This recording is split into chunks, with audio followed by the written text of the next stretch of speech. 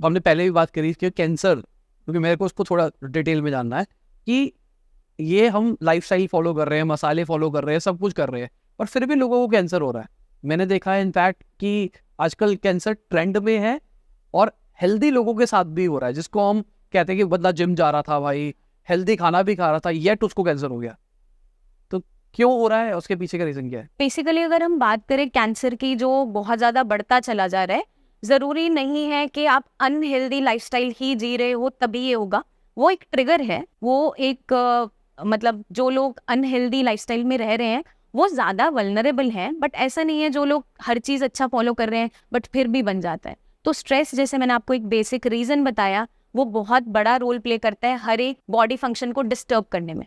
क्योंकि अगर हम कैंसर की बात करें तो नॉर्मली जो फिनोमेना है हमारी बॉडी के अंदर जितने भी सेल्स हैं वो डेली बेसिस पे ग्रो करते हैं। एक समय आता है जब वो मर जाते हैं और वो बाहर निकल जाते हैं अपनी जगह से। बट कैंसर के साथ क्या होता है कि सेल का डीएनए ही बदल जाता है। अब वो ट्रिगर कुछ भी हो सकता है, वो एडिक्शन भी हो सकता है, स्मोकिंग एंड अल्कोहल, स्ट्रेस भी हो सकता है, जेनेटिक्स भी हो सकता है, मतलब आपकी फैमिली में जीन्स में था कैंसर तो आगे आने के चांसेस हो सकते हैं। जरूरी नहीं है कि सब में हो, बट जैसे मैंने आपको बोला प्रोबेबिलिटी बढ़ जाती है तो वो एक कारण है। कैंसर ज्यादा देखने को जो मिल रहा है, एडल्ट्रेशन है खाने के अंदर, हम जो ज्यादा जंक फूड का यूज कर रहे हैं वो एक बहुत मेजर कारण है, क्योंकि मैक्सिमम लोगों का गट खराब रहता है और हमें पता भी नहीं चलता। आपको अगर लगता है कि आपको बार बार मोशन जाना पड़ रहा है, एक बार में पेट साफ नहीं हो रहा है, तो वहां पर आप कोलाइटिस के शिकार हैं, वहां आपके इंटेस्टाइन्स में स्वेलिंग आ रही है और आपका गट डिस्टर्ब होना स्टार्ट हो गया। और यही धीरे धीरे आपके मेंटल सिम्टम्स तक जाता है और आपकी बॉडी को इफेक्ट करता है और सारी बीमारियों को जनरेट करता है। तो जैसा मैंने आपको पहले भी बोला कि गट का हेल्दी रहना बहुत इंपॉर्टेंट है। अगर हम गट संभाल लेते हैं तो काफी बीमारियों से हम वैसे ही बचते चले जाते हैं। ठीक है, तो अर्ली साइंस क्या है कि कोई कैसे पता लगा सकता है कि उसको कैंसर हो रहा है? देखो, मोस्टली जो केसेस डायग्नोस होते हैं या पता चलता है वो 3rd-4th स्टेज पे आके ही मालूम चलता है। तो वो बहुत ही मुश्किल हो जाता है उसको ट्रीट करना भी, डील करना भी। पेशेंट की बॉडी में ना तो स्ट्रेंथ बची होती है, कैंसर इतना ज़्यादा फैल चुका होता है, आपके वाइटल ऑर्गन्स को कवर कर चुका होता है, क्योंकि वहाँ तक वो फैल चुका है। चाहे आपका लिवर हो, चाहे आपका ब्रेन हो, चाहे आपका किडनीज है, पूरे ऑर्गन्स पे भी इम्पैक्ट आना स्टार्ट होता है। सबसे पहला जो मेटास्टेसिस शुरू होता है आपके लिवर और लंग्स में स्टार्ट होता है।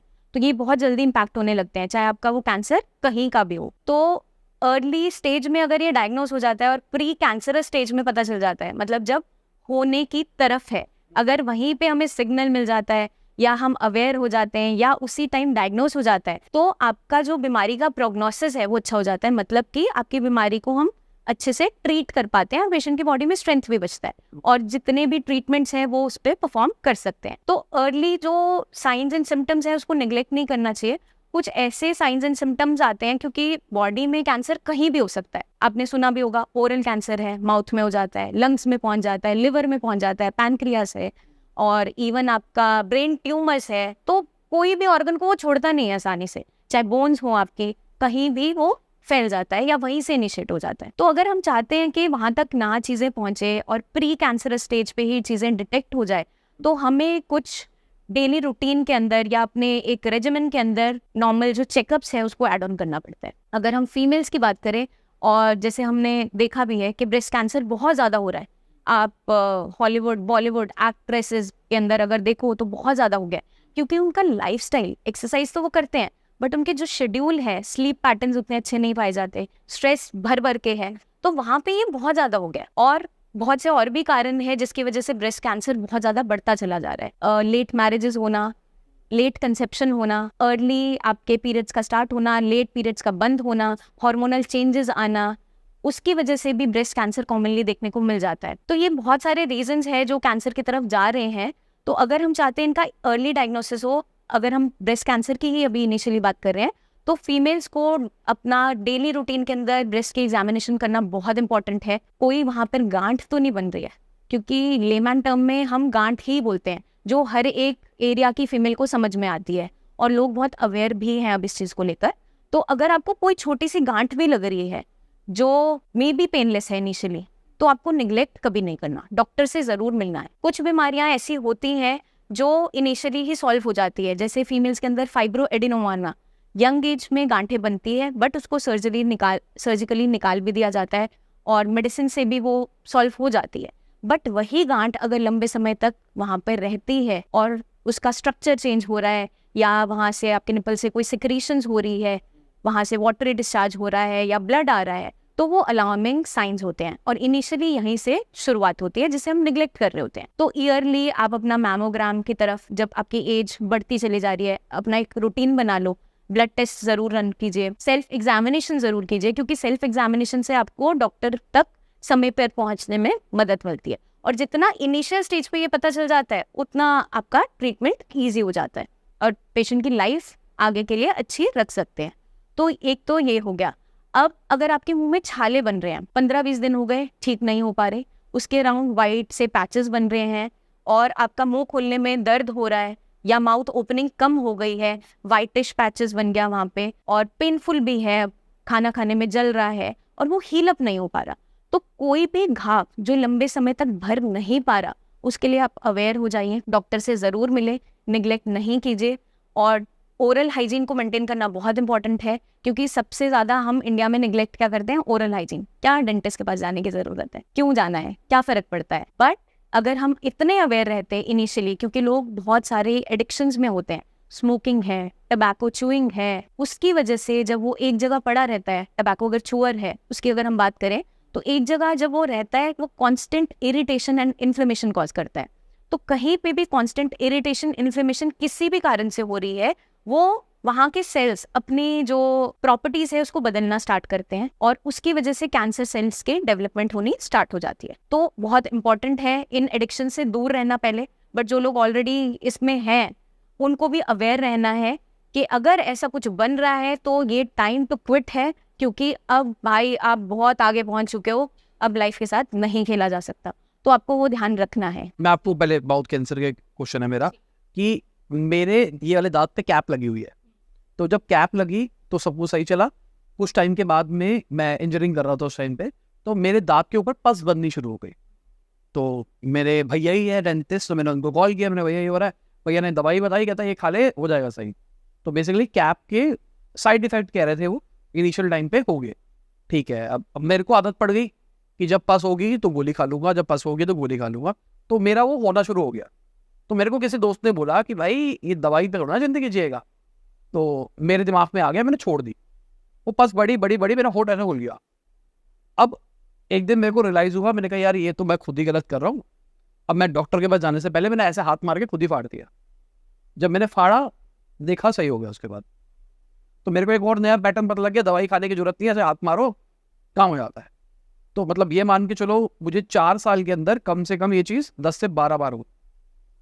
उसके बाद मैंने रियलाइज किया इंजीनियरिंग के बाद मेरे दांत के पीछे की साइड पे कुछ टाइट टाइट सा बन रहा है। मैंने इंटरनेट पे सर्च मारा, कहा था भाई माउथ कैंसर है। मैं भुगला गया, मैंने कहा भाई ये क्या चीज़ है। तो फिर अब छोटे होते हो, घर वालों को नहीं बताते हो, घबरा भी जाते हो, तो मैंने छोड़ दिया। मैं कहा कैंसर होगा तो बढ़ जाएगा, ना बढ़ जाएगा तो ठीक हो जाएगा। तो मैंने क्या किया, इंजीनियरिंग के बाद में इंजीनियरिंग के एंड में ही मैंने अपनी कैप चेंज करवा ली। तो उन्होंने बोला कैप का कुछ इशू था, इस चक्कर में हो रहा था, कैप चेंज कराई। उसके बाद से मुझे कभी बस नहीं पड़ी, सब कुछ सही हो गया। बट मेरे पीछे दांत के पीछे अभी भी वो टाइट सा गोला है। तो क्या ऐसी चीज़ें कुछ मुंह के अंदर कुछ चीज़ें जो लंबे टाइम तक है, छाला था वो छाला जम गया है, या कई लोगों को मैंने यहाँ देखा है, यहाँ पे कहते हैं कि मेरे यहाँ पे गांठ टाइप भरी हुई है और वो बढ़ या घट नहीं रही है, वैसे ही वैसी पड़ी है, तो क्या वो भी नेगेटिव चीजें हो सकती है? देखो, जैसे मैंने आपको इनिशियली भी बोला कि कांस्टेंट इरिटेशन एंड इन्फ्लेमेशन आगे कैंसर तक पहुंचा देती है। तो हमें कभी भी निगलेक्ट नहीं करना, अपने आप डॉक्टर नहीं बनना है, डॉक्टर के पास आप विजिट कीजिए। क्योंकि जैसे आपके केस में आपने बताया कि कैप की वजह से इरिटेशन था, तो इनिशियली कोई भी फॉरेन बॉडी जब हम कैपिंग करवाते हैं या फिर कोई भी प्रोसीजर करवाते हैं वो डाली जाती है, तो कई सारी चीज़ें देखने को मिलती है। तो इरिटेशन भी हो सकता है, एडजस्टमेंट उसको होने में टाइम लगता है, तो आप डॉक्टर से मिलिए, वो उसको करेक्ट करने में हेल्प करेंगे आपको। तो खुद से ऐसे सेल्फ मेडिकेशन नहीं करना, किसी के बोलने पे खुद से कोई भी ऐसा प्रोसीजर नहीं करना जिसकी वजह से आपको आगे कुछ भुगतान करना पड़े। तो डॉक्टर से मिलिए, एक्सपर्ट से मिलिए, वो आपकी हेल्प जरूर करेंगे। अगर वहाँ नहीं हो पा रहा है तो और डॉक्टर को कंसल्ट कीजिए, बट अपने आप सेल्फ मेडिकेशन मत कीजिए, क्योंकि आपने उसको हल्के में लिया, वहाँ पे चीज़ें ठीक हो गई, बट हो सकता है वो रिलैप्स कुछ चीज़ें क्रिएट कर दे। तो बेटर है go for the expert rather than अपनी सेल्फ मेडिकेशन करना, तो वो आपको ध्यान रखना है। और आगे बढ़ते हैं दूसरी टाइप ऑफ कैंसर। अगर हम लंग कैंसर की बात करें तो जो लोग स्मोकिंग करते हैं, हुक्का का इस्तेमाल कर रहे होते हैं, कांस्टेंट इरिटेंट आपकी बॉडी के अंदर जा रहा है, स्मोक भी साथ में जा रही है, तो लंग्स के अंदर इरिटेशन बार बार बन रहा है और वहाँ पे कैंसर डेवलप होना स्टार्ट हो जाता है। तो अगर हम उस इरिटेंट को पहले ही वहाँ से हटा देते हैं तो वहाँ तक नहीं पहुँचेंगे। तो हमें ये ध्यान रखना है। और ये सबसे मेजरली मिलने वाले कैंसर्स में से है लंग कैंसर, बहुत ज़्यादा देखने को मिल जाता है। कोई केमिकल की वजह से भी मिल जाता है, केमिकल एक्सपोजर। कुछ लोग ऐसी फैक्ट्रीज में काम करते हैं जहाँ डेली केमिकल के साथ आपको एक्सपोजर हो रहा है। तो जब भी आप वहाँ पे काम कर रहे हो, अगर आप अपना प्रोफेशन नहीं बदल पा रहे हैं, तो कुछ चीज़ों की प्रिकॉशंस रखनी है। मास्क पहनिए कि डायरेक्ट कॉन्टैक्ट में ना आए, ताकि एकदम से आपके इनहेलेशन के अंदर वो ना जाए। थोड़ा हम प्रिवेंट कर सकते हैं उस चीज़ को। तो ये चीज़ों का हमें ध्यान रखना है। ठीक है। तो अगर मैं, आपने हुक्के की बात करी, आजकल वेप नाम की चीज़ चल रही है। लोग कहते हैं भाई हुक्का, फ्लेवर्ड हुक्का और वेप, ये सिगरेट पे होती है, इससे कुछ नहीं होता है, इसमें तम्बाकू नहीं है, इससे कभी कैंसर नहीं होगा। तो ऐसा है? देखो, कोई भी एडिक्शन खराब है, चाहे चाय की हो, चाहे वेपिंग की हो, चाहे अगर हम कोई ऐसी एक्टिविटी डेली रूटीन के अंदर कर रहे हैं जो एडिक्शन बन गया है। तो अगर हम वेपिंग की बात करें तो उसके अंदर आपका जो इनहेल हो रहा है, वेपर्स तो जा रहे हैं, चाहे निकोटिन के फॉर्म में जा रहे हैं, आप इनहेल कर रहे हो, कोई ना कोई केमिकल आप इनहेल कर रहे हैं। वो ही अगर आप कॉन्टिन्यूस रूटीन के अंदर लाते हो तो वो भी इरिटेशन कॉज कर सकता है। तो ऐसा नहीं है कि एक के साइड इफेक्ट हो सकता है, कम हो ज़्यादा हो, बट जब गलत है तो साइड इफेक्ट तो है ही। तो हम प्रमोट नहीं कर सकते उस चीज़ को, क्योंकि एडिक्शन चाहे अल्कोहल के हो, चाहे चाय के हो, वो आपको किसी ना किसी बीमारी तक लेकर ही चली जाती है।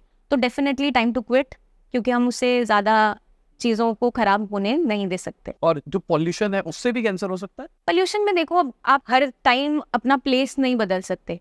कुछ टाइम ऐसा होता है, दिवाली का फेज़ है, जब बहुत ज़्यादा पोल्यूशन हो जाती है, बहुत ज़्यादा इरिटेंट्स आपके एनवायरनमेंट के अंदर है, पोलन ग्रेन्स है, बहुत कुछ होता है जिससे हमें रेस्पिरेटरी इश्यूज बनते हैं। तो उस टाइम पे भी आपको क्या ध्यान रखना है, अपने नॉस्ट्रल्स को मॉइस्ट रखते हुए ऑयल, मेडिकेटेड ऑयल्स आते हैं वो लगाइए, मास्क वेयर कीजिए ताकि डायरेक्ट इनहेलेशन ना हो। घर के अंदर एयर प्योरीफायर्स आप लगा सकते हो, उतनी प्रिकॉशन रखनी है। जो लोग मेट्रो सिटीज़ के अंदर रह रहे हैं या उनका घर ऐसा है इंडस्ट्रियल एरिया के पास और बदलना पॉसिबल नहीं है, तो ये प्रिकॉशंस आप रख सकते हो। घर को अच्छे से वेंटिलेटर रखने की कोशिश करना है, मतलब कि आप कुछ कुछ टाइम में सफाई कीजिए और डोर्स को ओपन रखिए, मॉइस्चर को अंदर ना आने दीजिए, क्योंकि कभी कभार कुछ ऐसे इन्फेक्शंस है जो आगे लंग कैंसर में कन्वर्ट हो जाते हैं, क्योंकि basically it is an irritation. तो इरिटेशन किसी केमिकल से भी हो सकती है, किसी पोल्यूटेंट से भी हो सकती है, किसी एलर्जन से भी हो सकती है। तो ये प्रिकॉशंस आप रख सकते हैं। अगर हम मोस्ट कॉमनली देखें, फीमेल्स के अंदर सर्वाइकल कैंसर भी बढ़ता चला जा रहा है,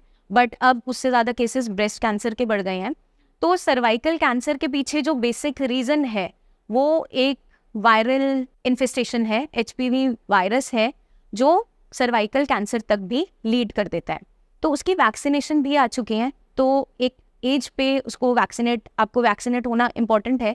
अगर आप वैक्सीनेशन करवा लेते हैं तो उस कैंसर से आप प्रिवेंट कर सकते हैं। इसके जो बेसिक सिम्टम्स देखने को मिलते हैं या अर्ली सिम्टम्स अगर हम मान ले, अगर आपकी वेजाइनल ब्लीडिंग एबनॉर्मल हो रही है अदर दैन योर पीरियड्स, अगर आपको फिर भी ब्लीडिंग हो रहा है, इंटरकोर्स के बाद ब्लीडिंग हो रहा है, या फिर यूरिनेशन के टाइम कोई ब्लीडिंग हो रहा है, या पेनफुल हो गया है आपका यूरिनेशन, तो आगे चलकर वो ये अर्ली साइंस हो सकते हैं सर्वाइकल कैंसर के, और आगे चलकर ये मेजर स्टेजेस के अंदर पहुंच सकता है। तो हमें वहीं पे अवेयर होना है जहाँ भी आपकी बॉडी में से एबनॉर्मल ब्लीडिंग हो, चाहे आपको ब्लड की वॉमिट हो रही है, यूरिन से ब्लड आ रहा है, मोशन से ब्लड आ रहा है, और कोई भी पेन नहीं है और कोई एसोसिएटेड बीमारी नहीं मिल रही, कोई गैस्ट्रिक इश्यूज नहीं है, कोई वहाँ पर आपको मोशन करते हुए कोई ऐसा दिक्कत नहीं हो रही, बट फिर भी ब्लीडिंग हो रहा है, यूरिन में से भी ब्लड आ रहा है, कोई स्टोन नहीं है, तो आपको अवेयर होना ज़रूरी है, डॉक्टर से मिलना ज़रूरी है, क्योंकि एबनॉर्मल ब्लीडिंग आगे जो है कैंसर तक लीड कर जाती है, क्योंकि अर्ली साइन एंड सिम्टम होता है। तो हमें निग्लेक्ट नहीं करना है उसे। अब एक वापसी कैंसर की तरफ आता हूँ, बच कोई कैसे सकता है? अब हो गया है, सॉल्यूशन क्या है? अगर कैंसर हो गया है, सबसे पहले तो आपको मेंटली उससे लड़ना बहुत ज़रूरी है, क्योंकि जहाँ शब्द कैंसर आ गया, पेशेंट ये मान ही लेता है कि बस अब तो मर गया। ठीक है, बीमारी ऐसी है, हल्के में नहीं ले सकते, बट अब बीमारी है तो लड़ना तो पड़ेगा। तो जितने भी हथियार अवेलेबल हैं डॉक्टर को निकालने पड़ते हैं, और पेशेंट के पास जितनी ऑप्शंस अवेलेबल है उसको उसके बारे में रिसर्च करना बहुत इंपॉर्टेंट है। क्योंकि आप 1-2 दिन रो सकते हो ये सोचते हुए कि कैंसर हो गया, हाय कैंसर हो गया। लोग ट्रीटमेंट से डरते हैं रादर देन बीमारी। अब तो कीमोथेरेपी होगी, क्योंकि हमने सुन रखा है, देख भी रखा है कि बहुत से साइड इफ़ेक्ट्स हैं। बट पर्सनली मैंने पेशेंट्स देखे हैं, young age patient, old age patients भी, जो इससे अच्छा सर्वाइव कर गए थे। बट ऑल डिपेंड्स अपॉन कि आपकी विल पावर कितनी स्ट्रांग है और बॉडी में स्ट्रेंथ कितनी है। इसलिए डाइट अच्छा रखना बहुत ज़रूरी है ड्यूरिंग आपके ट्रीटमेंट्स, क्योंकि वज़न गिर रहा होता है, बाल जा रहे होते हैं, बॉडी में स्ट्रेंथ बची नहीं होती, पेन बॉडी में इतना ज़्यादा होता है, मोबिलिटी रह नहीं जाती, तो पेशेंट बोलता है इससे अच्छा तो भगवान उठा ही ले, इसका इलाज ही नहीं करवाना। तो आधे लोग तो इसके इलाज तक ही नहीं पहुंच पाते, क्योंकि वहाँ पे हम वर्ड से ही डर गए। अब क्योंकि कॉमनली इतना फैल चुका है कि किसी को कभी भी हो सकता है, तो हमें इससे लड़ना तो बहुत इंपॉर्टेंट है। तो हमें एक तो अर्ली डायग्नोसिस इंपॉर्टेंट है। अर्ली डायग्नोसिस कैसे हो सकता है? अगर रूटीनली आप चेकअप्स करवाते रहें, ब्लड टेस्ट करवाते रहें, कोई भी गांठ है उसको निगलेक्ट ना करें, कोई वुंड हील अप नहीं हो पा रहा तो उसको निगलेक्ट ना करते हुए डॉक्टर पे ज़रूर जाएं। तो ये प्रिवेंशन के तौर पे हो गया। आपकी वैक्सीन आती है, हेपेटाइटिस बी की है, सी की है, आपकी HPV वायरस की है, ये इससे आप वैक्सीनेटेड रहिए ताकि कुछ हद तक जो वायरल इंड्यूस्ड कैंसर्स हैं वो आप तक ना पहुंचे। तो हम प्रिवेंशन कर सकते हैं। होना ना होना एक एज पे या कभी भी किसी को भी हो सकता है, जैसे हम सुन ही रहे हैं इस बीमारी के बारे में। तो अगर हम इतना भी कर लेते हैं तो हम प्रिवेंट कर लेते हैं। अब जब किसी को हो ही गया और इसका ट्रीटमेंट हमें करवाना है तो मेंटली स्ट्रांग रहना बहुत इंपॉर्टेंट है। इसके अंदर जो पेलिएटिव केयर है वो बहुत ज़्यादा आपको हेल्पफुल साबित होती है। आजकल एलोपैथिक हॉस्पिटल्स के अंदर भी यूनिट्स बना दिए गए हैं जो पेशेंट्स को काउंसिल करते हैं और उन्हें हेल्प करते हैं आगे डिजीज से लड़ने में। बीइंग एन आयुर्वेदिक डॉक्टर अगर मैं बात करूं तो जहां पेशेंट इस तरीके के आते हैं उनकी बॉडी में हमें स्ट्रेंथ, इम्यूनिटी को बूस्ट करना, उनको मेंटली रिलीव करना बहुत इंपॉर्टेंट है, क्योंकि पेशेंट बहुत दर्द में है, आप उसे देख भी नहीं पा रहे हो, वो इतना पेनफुल कंडीशन के अंदर है। बट अगर आप उसको उसके सिम्टम्स में आराम दे देते हो तो वो जो भी ट्रीटमेंट ले रहा है, चाहे आपका सर्जरी की तरफ उसे जाना है, बट पेशेंट की बॉडी में स्ट्रेंथ ही नहीं है सर्जरी करवाने की, बट सर्जरी करके हम उस कैंसर को हटा सकते हैं।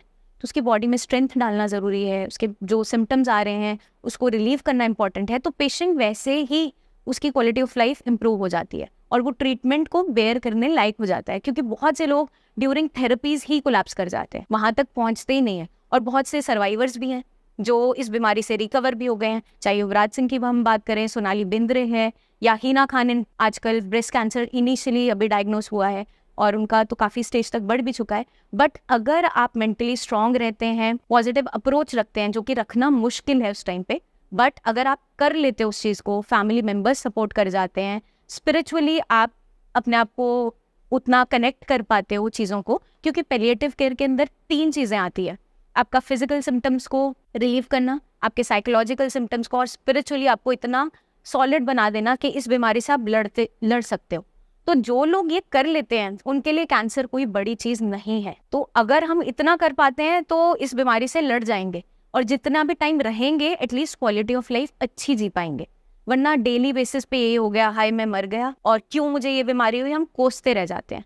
क्योंकि आजकल जैसे आपने सुना है किसी को भी हो जाती है, कभी भी हो जाती है, तो हमारे पास कोई ऐसा नहीं है कि किसको होगी। कुछ लोग वल्नरेबल हैं इस चीज़ों को लेकर, जैसे जेनेटिकली अगर आपकी फैमिली में रन कर रहा है तो आप में आने के चांसेस ज़्यादा हैं, बट ज़रूरी नहीं है आपको होगा, और जिनकी फैमिली में नहीं होता उनको नहीं होगा, तो ऐसा भी नहीं है। तो अगर हम अपने आप को स्ट्रॉन्ग रखते हैं मेंटली, फिजिकली, और हम फिटनेस पे काम करते हैं तो हर बीमारी को आप झेल जाओगे, लड़ जाओगे। अदरवाइज वहीं पे हम हार मान लेते हैं। ठीक है।